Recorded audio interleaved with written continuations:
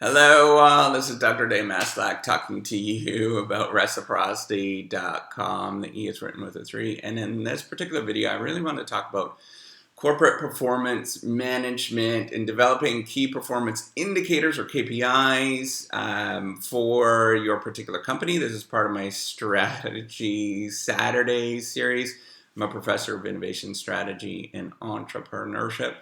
And this is mostly geared towards sort of small businesses and startups and stuff, but it also is really important for people that are running larger corporations. This is kind of the thing that lots of people would talk about at this moment. It's kind of a hot topic, I think. So what exactly is corporate performance management, or CPM, sometimes it's called? Well, that's basically where you're developing some sort of metrics and coming up with some sort of numbers to monitor and manage such that you can understand what's going on in the organization's activities. So you're trying to monitor the organization's activities by observing its performance in some sort of way. So the performance is the metrics or whatever you're trying to observe.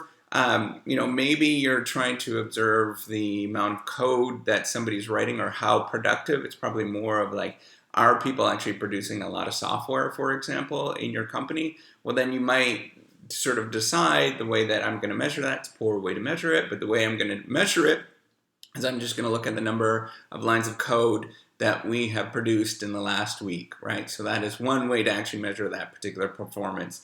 The key thing when you come up with a key performance indicators or when you're doing corporate performance management is that you need to come up with the key performance, you need to come up with the right key performance indicators that you optimize on, or whatever metrics you're trying to optimize on.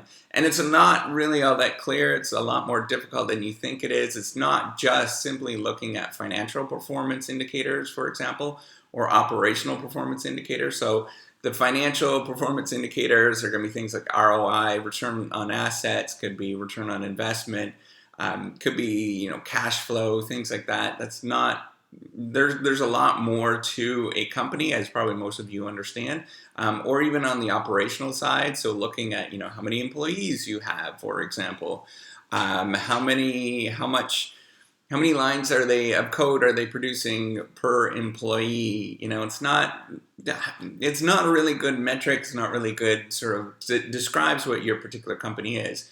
So financial performance metrics is only one kind of small part with the sort of understanding what good corporate performance management is.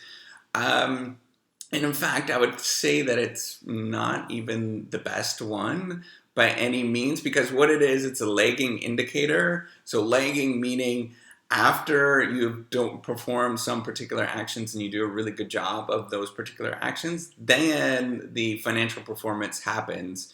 And you are well aware of that if you're doing a startup, right? Anybody that's doing any sort of small business or startup. Small businesses that have been around for a long time, that's a different story. But a startup, you have to perform the action and get it sort of right and get that product market fit or whatever you're doing before anybody's going to buy what you're doing, right? So you have to actually do the thing first and do it really well before anybody is doing. So you have to sort of figure out what that thing is and optimize on what that thing is, and not optimize on financial performance in any sort of way, because that typically almost always follows with a particular company. So when you're thinking about a key performance indicators or things that you should optimize on when you're doing performance management or any sort of thing, you don't need any sort of sophisticated performance management development systems or anything like that. I wouldn't spend a lot of money on that, particularly if you're a small business or startup. If you are a large company and you want to get some sort of package or consulting and stuff like that, people help you out. That's going to be an excellent way to sort of do this very, very quickly. But for small businesses and startups, what you'd probably want to do is actually just get out there and have a conversation with everybody in your company, your top managers, for example, and have a nice little conversation with them and talk about what you're actually trying to accomplish within the company. The hardest part is not coming up with some sort of metrics and things like that. It's actually having this conversation to figure out what you're trying to do. as a company, and that's not always all that clear. It's kind of a really difficult task to do. So what you have to do is accomplish, try to figure out what your value proposition is, what you're trying to provide in the marketplace, and then optimize on that particular value proposition of what you want to try to accomplish. What are you about as a particular company that nobody else is doing? And that is a really key thing, to not optimize on sort of financial performance or anything like that. That's going to come when you sort of figure out what you're trying to do and what your company's value proposition is. So what are you offering to the marketplace? So value proposition would be, what are you offering to the marketplace that nobody else is doing, that provides a tremendous amount of value for your customers, right? So whoever, or your stakeholders, whoever you're helping out. That's going to be really difficult to figure out. It's going to take a lot of iterations. When you're in a startup sort of culture or whatnot, there's going to be many different iterations as you go through this, and you're going to have to sort of figure out how to actually get your head wrapped around it. And that value proposition is going to change. Same with a large company. It changes all the time. They're trying to figure out how to actually figure out where the market's going, right? So Pepsi and Coke, for example, the high sugary kind of drinks and stuff like that, that taste, that consumer taste has changed. People are preferring that less so, and particularly in developed countries compared to developing countries. They prefer that less so, and they're wanting to go to more sort of natural and, things that are a little bit more healthier for you, I guess. Ways or marketed as healthy, I guess, ways of eating, right? So they're going towards that direction. So you have to shift. So Pepsi, for example, would have to shift what their value proposition is in the marketplace, and then optimize on those, optimize on that value proposition. So it's a kind of an ongoing process of how to do it. So a saying that actually sort of sticks in my head when I was thinking about this is that it's the saying, you are what you eat, right? So you have to always think about where you want to go. So that saying means that if you eat a lot of garbage, you're going to get a lot of garbage, or you're not going to be healthy and stuff like that. But if you sort of pick what you want to do and pick where you want to go, that's where you're going to be. And that's really what you're trying to accomplish with something like this, with coming up with your corporate performance management, or coming up with understanding what your key performance indicators are. Really important to think about that, because then that's going to determine what you do in your organization for the actions and routines that you actually perform within your organization. So for example, give you a clear-cut example with performance management in healthcare, for example.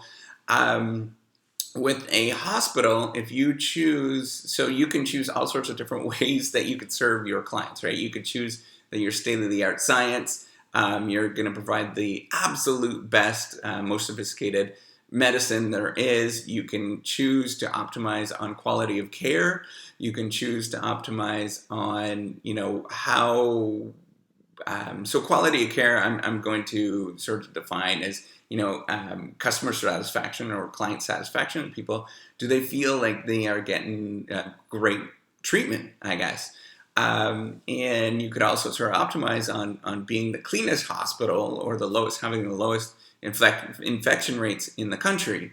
And any of those are really good sort of performance metrics. So if you optimize on being state of the art, let me start here. If you optimize on being high quality standard of care, for example, you're going to choose doctors and you're going to hire nurses that are going to spend more time to have actually conversation with all the people that come in. And you're probably going to dedicate more resources to people that are, spending more time with the clients and having a nice conversation, making sure that they're well taken care of, having larger hospital rooms, things like that. If you're concerned about, having a good, being state of the art in terms of medicine, you're going to invest a lot in technology. So for example, having the best CT scanners, for example, in the nation, as well as you're also going to invest in having the best doctors in terms of most well-trained doctors and nurses, and you're not going to care what their bedside manner is. You're going to be just like, whatever.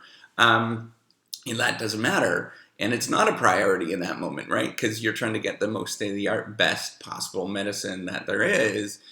And if you want the lowest infection rates, you're going to invest a lot on cleaning staff, right? So you're going to invest a lot more in cleaning staff. So this really is important to think about your key performance indicators. But first of all, it's important to think about what is your value proposition, what that is, and then thinking about your key performance indicators and how they follow from that.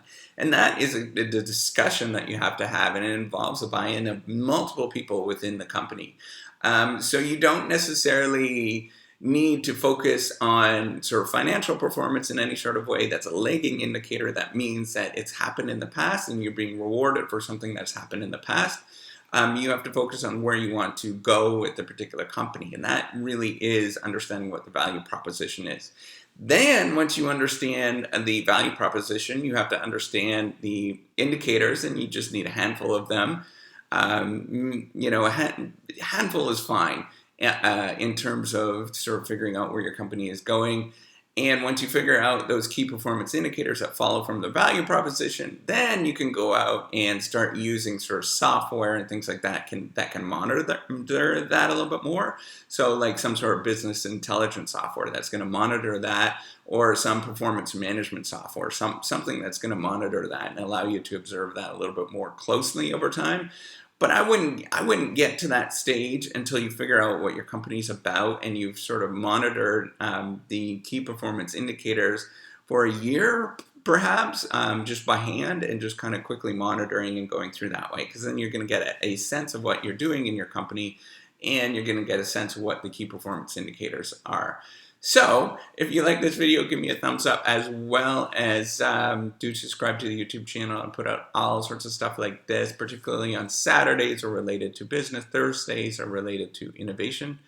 And that's it. I'm looking forward to seeing you on the next video. Bye.